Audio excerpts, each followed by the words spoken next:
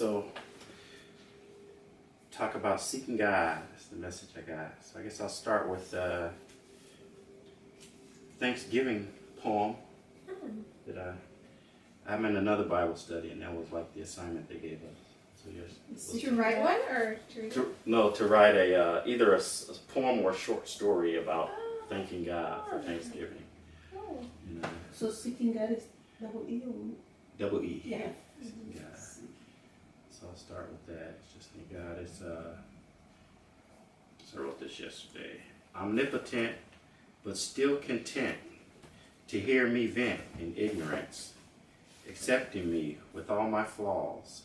When I treat you like your Santa Claus, presenting my list with all my needs, with all my wants, with all my greed, with all my excuses and all my kinks, when all you deserve from me is thanks.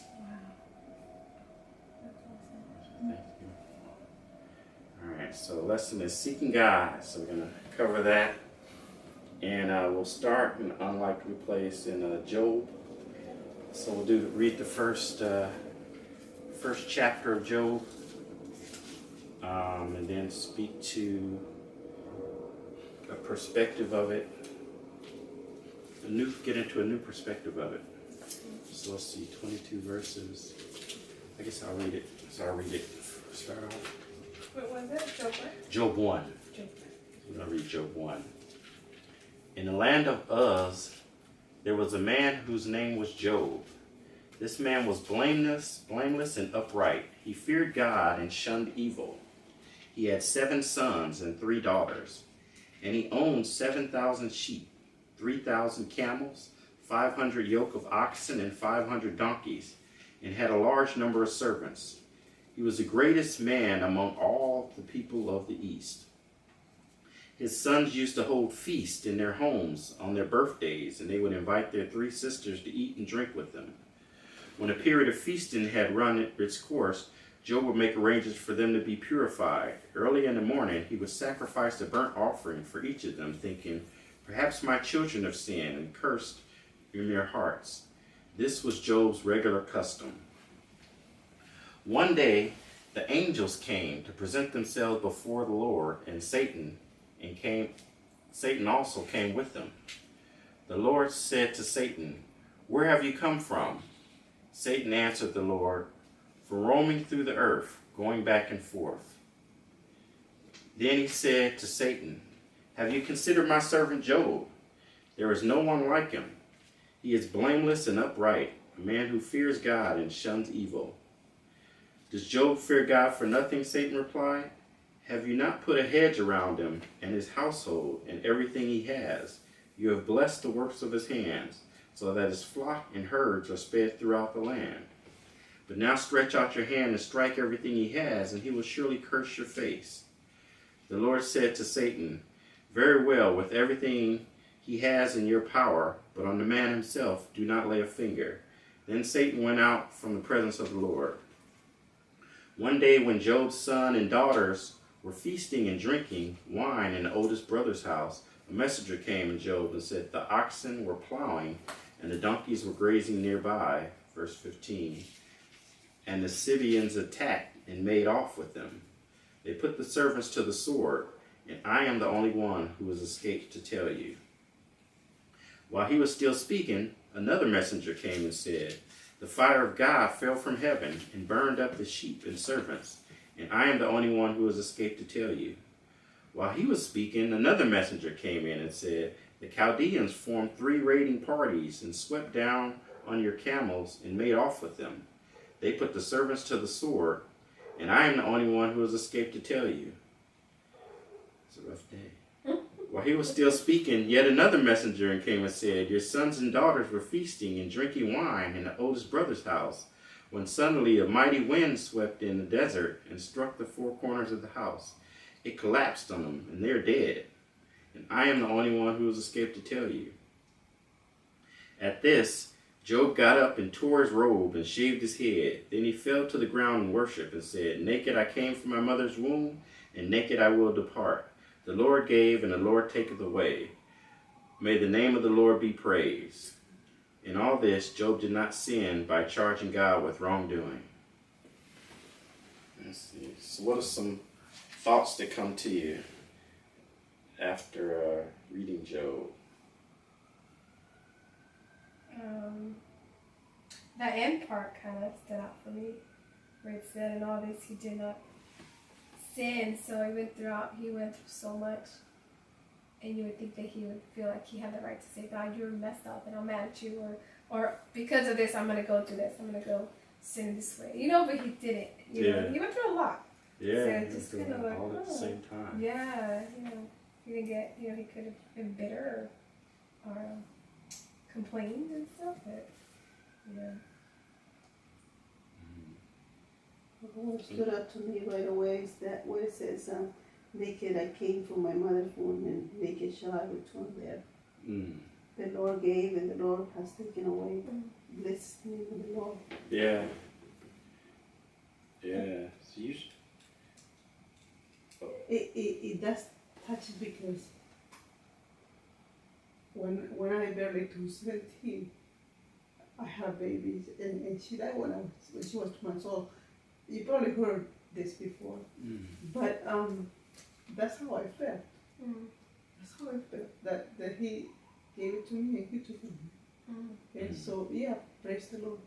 And were you angry? No, I didn't want to sin against God, and I was not a Christian then, but I have read the Bible, and I knew then that he gives and he takes home.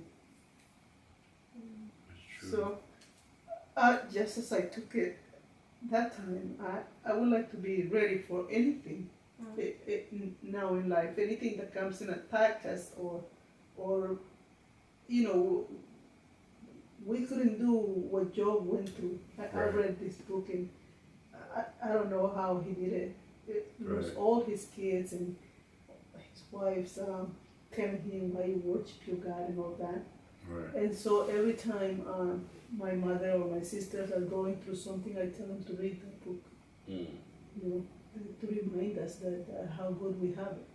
Right. Oh, okay. Yeah. If you see, compared to how bad it could be. He was a good man in the eyes of God. Yeah, he was a good man, and he didn't turn from God. He got a little. At the end, God stepped in and was like, "Okay, wait a minute, Dad. You're listening to the wrong people." But he never cursed God. He never, even though he didn't understand it, he didn't. He didn't understand it, but he trusted God in it. Yeah. And usually, when a lot of times Job is read as talks about why the good things happen to bad, or why the bad things happen to good people and things of that nature. Yes. And looking at the negative things. So I want to look at a different, or I would not point out a different thing, kind of what captured me the last time I read it that I hadn't noticed before, with just verses 9 and 10. It says, so Satan answered the Lord and said, does Job fear God for nothing? Have you not made a hedge around him, around his household, and around all that he has on every side? You have blessed the work of his hands, and his possessions have increased in the land. So God put a hedge around him. So God put a protection around Job. He put protection around Job's house. So because of Job, he also put protection around everybody who was his relative in his household and everybody who worked in his household because of Job, and all around on every side. And he blessed the works of his hands. So it means whatever work he did, if he planted something, it grew. If he got cattle, they multiplied. He blessed the works of his hand. So he had extreme favor on Job. Yes. And so what I was thinking is, well, how do I sign up for that?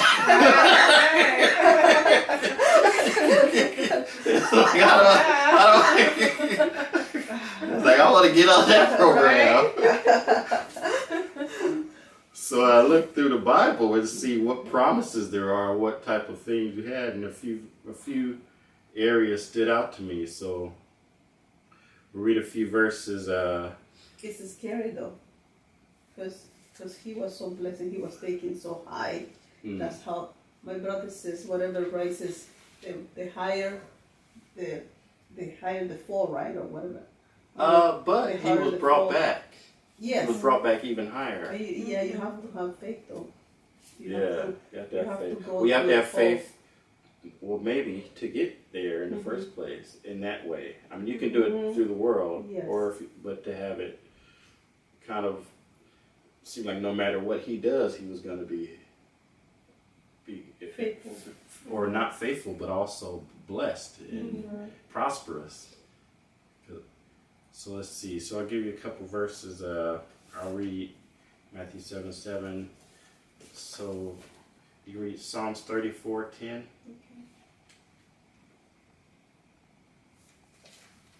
And then you can read Hebrews 11:6.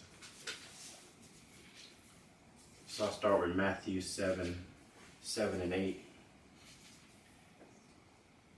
You said Psalm 10:10? Psalms 34:10. 34. And then you said Hebrews 11:6. Okay. So Matthew 7:7 says, "Ask, and it will be given to you. Seek, and you will find. Knock, and it will be open to you. For everyone who asks receives, and he who seeks finds, and to him who knocks, it will be open." Go ahead. Psalm 34:10, right? Mm-hmm. The lions may grow weak and hungry, but those who seek the Lord lack no good thing.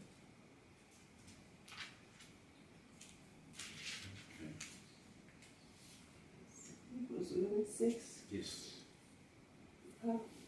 But without faith, it is impossible to please Him.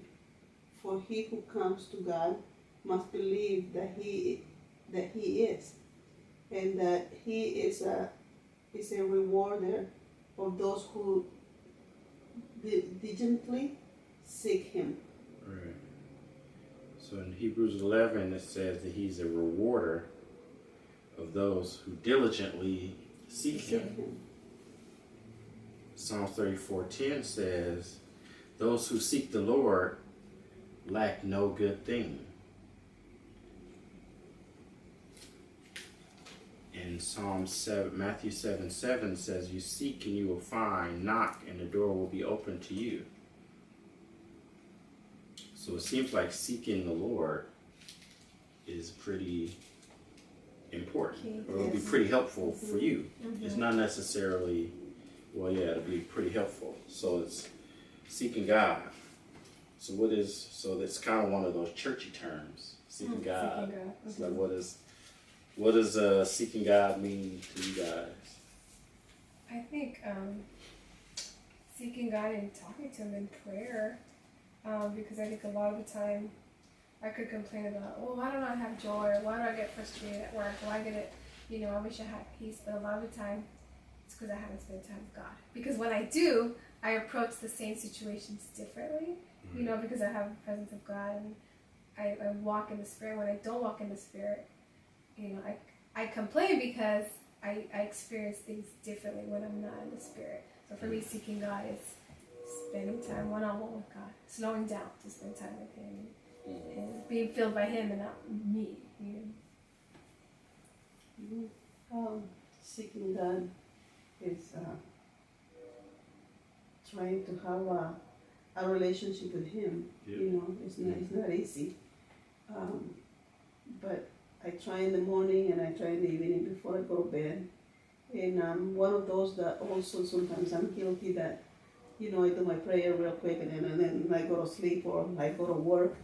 But really, being on the Word, and try to focus on Him. And it's not easy. We get distracted really easy. Right. With all the busyness of our lives. Yeah. But seek Him in His Word. He will provide. He will heal us. He will take care of us. Right. If we seek Him, that's all He wants from us. Right. He wants us to seek Him. Yes. So I see seeking God is trying to know God and understand God and spend time with God, but it's not going to God, because I got a flat. Because then you're seeking to get your car fixed, Right. or it's not Right. seeking to get a better job, or it's not seeking to get your relationship fixed. It's seeking God, to seeking the presence of God, seeking seeking at to all get closer. times. Right, it's seeking to get closer with God and interact and commune with God. And so, like you mentioned prayer. That's an action. How we spend prayer and spending time. So listening, not just talking, but listening. But prayer with But I think the biggest thing about seeking God is that the motive isn't for your personal gain, or it's not even for the starving people here at Gain, or the starving, or even it's for God, seeking, to further your relationship with God. It's not asking for something, even though, we may be asking for something good, that's still not seeking God. Even though if you're seeking what God wants, that's different than seeking God. So seeking God is trying to just foster that relationship and spend time with Him, not for a motive of anything other than developing a relationship. To know Him better. Right, to know Him better. Like if you really like someone a lot, you just want to hang out with them. Well, but that may have a motive, but the motive is just to develop the relationship for them, but not for what they can give or for what He can give to you. It's just to develop that relationship, and that's what He likes a lot, and that's what He rewards. That you mentioned meditation is another way. Listening to God. It could be reading the Scripture, as you mentioned. If you're reading with the intent to understand God or understanding His character, seeking God. So let's a couple more scriptures talk about finding God. Let's see. You can read James 4:8. James. 4:8. Maria, Jeremiah 29:13.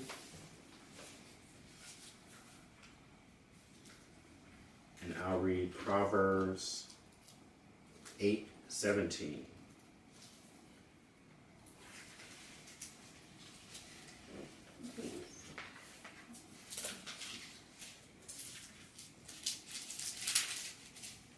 So in 8:17, 4:10, right? 4:8. 4:8, I'm sorry. In Proverbs 8:17 it says, I love those who love me, and those who seek me will diligently find me. So it talks about you will find them if you seek, how you will find them when you seek them. Really?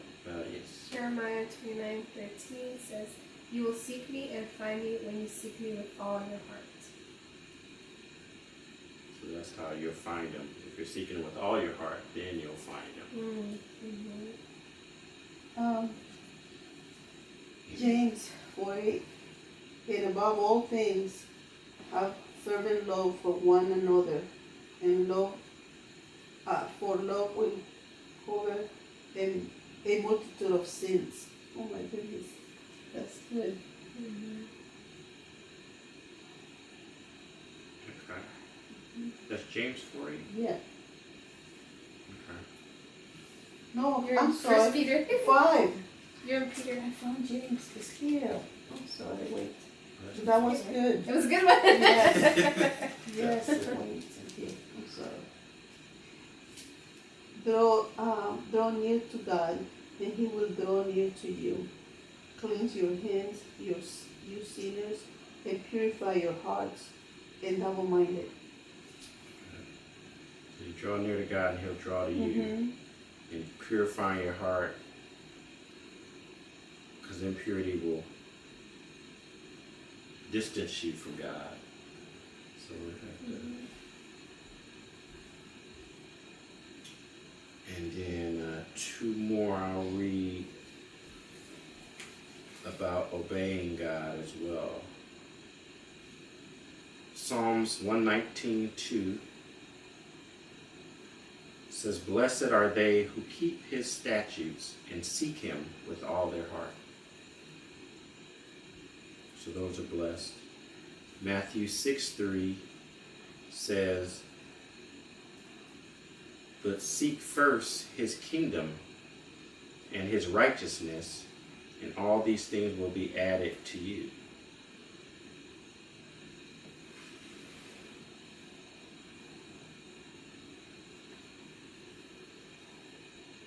So I want you to obey as well. Mm-hmm. So I'll read an excerpt from this book that I read a while back, and it was really striking to me. It's called "Waiting for God" by someone named Simone Bell. I don't necessarily recommend the book, but this excerpt really stood out to me, and it tied into this. And so right now, so kind of talking about now having a hunger for God. So having a hunger for God and the benefit of that. And so this passage is talking about maybe some people stop believing in God.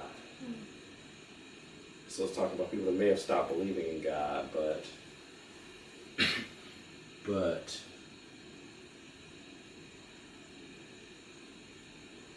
yeah, so I'll read it first and then talk about it. So it says, "In the period of preparation, the soul loves in emptiness. It does not know whether anything real answers its love. It may believe that it knows, but to believe is not to know. Such a belief does not help. The soul knows for certain only that it is hungry.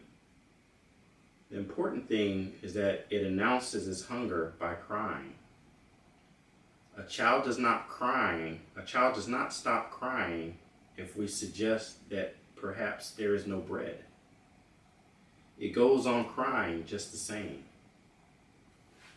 The danger is not lest the soul should doubt whether there is no bread, but lest by a lie it should persuade itself that it is not hungry. It can only persuade itself by lying, for the reality of its hunger is not a belief, it's a certainty. We all know that there is no true good here below, that anything that appears to be good in the world is infinite, limited, wears out, and once worn out, leaves necessity exposed in all its nakedness. But as soon as we have seen the truth, we cover it up with lies." So basically what she's saying is that although it's, when people fall away and they stop believing in God, she's saying that's not as damaging. So a lot of times what draws people to God is when they get down and they're down on their luck. They're out of a job, they lost their money, they tried everything else and they hit rock bottom. Mm-hmm. And then that's when they start, a lot of people draw to God. Mm-hmm. And it's because, so what she's saying is that it's important that you, even if people stop believing in God, as long as they still know that there's emptiness in them, that there's a void in them, that they're not happy, that there must be more to this life, that they don't understand the meaning of life, that they have not made it yet, as long as they're still hungry, there's still hope. Mm. The acknowledgement that there's, So as long as they know that, okay, I'm empty, there's something missing in my life, even if they don't believe in God, there's still hope, because that's going to draw them to God. Mm-hmm. That's what it brings you to God, when right. you feel like that there is, what is my purpose here? And I had those questions. I had what is my purpose here in life? But we are so selfish in my case that it's like you're nobody, right? So why are you here? You want to do something. You want to be something that can leave a legacy of your name. Right. But now that I know the Lord, I don't care. You know. And there's a song that I say, I'm famous in my Father's eyes. Well, but you can still leave a legacy. Your legacy may be that one person that you talk to. Yes. It's different though. It's different. It's different than the the world right. looking Yes. for. Yeah. Yes. So, It's a different measuring stick. because I bet every human being, we know we're gonna die. And then so what am I here for? Right. What am I doing? and all. So when you bring to very down the bottom, then you know that the only hope we have is God. That is nothing else. And then sometimes it's when people open their heart. Right. And He comes in. Right. And that's when He has mercy. Yeah, that's when you seek Him, He will find you.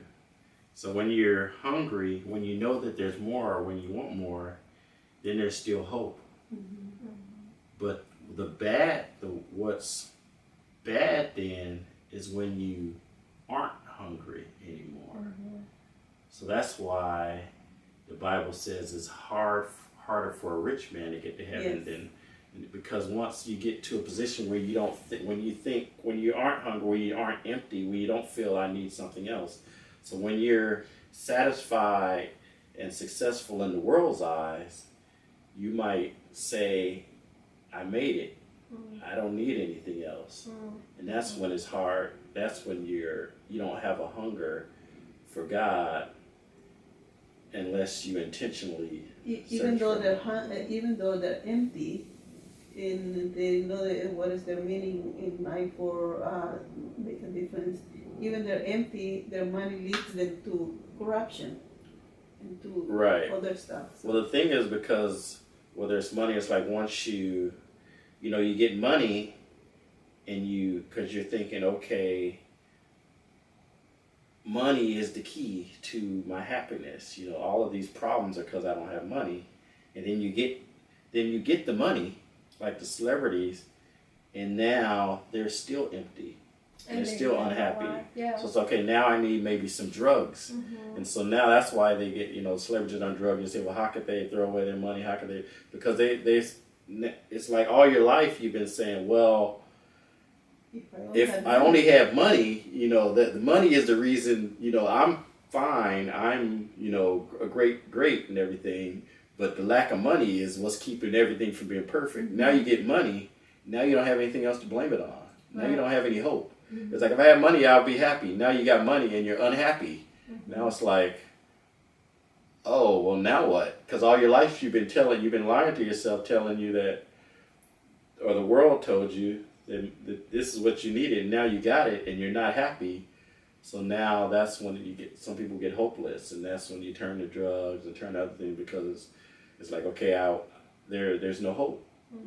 So it's like the destructiveness is causing the hope. It's just like the people in the inner city, where I grew up, the life expectancy was 25-year-old for black males. It's like, go to college. Yeah, you should go get a good degree. Yeah, you should get a good job. It's like they're gonna live to 25, so there's no hope. So why shouldn't I go and sell drugs or do whatever? Because it's when there is no more hope, then you turn to other things, and so hopefully you can turn to God when you have no hope. So I think some people like if they take their lives, you're like, well, why? They had so much, because they really didn't think that there was nothing. Well, you can else. see in Ecclesiastes, right? I didn't understand when Solomon says vanity, vanity, vanity. Oh, yeah. But really it is all vanity. Yeah. Yeah. Ah. And then he... I had that verse in here. Take it out. When I started to read it, I couldn't understand why it starts like vanity, vanity, vanity.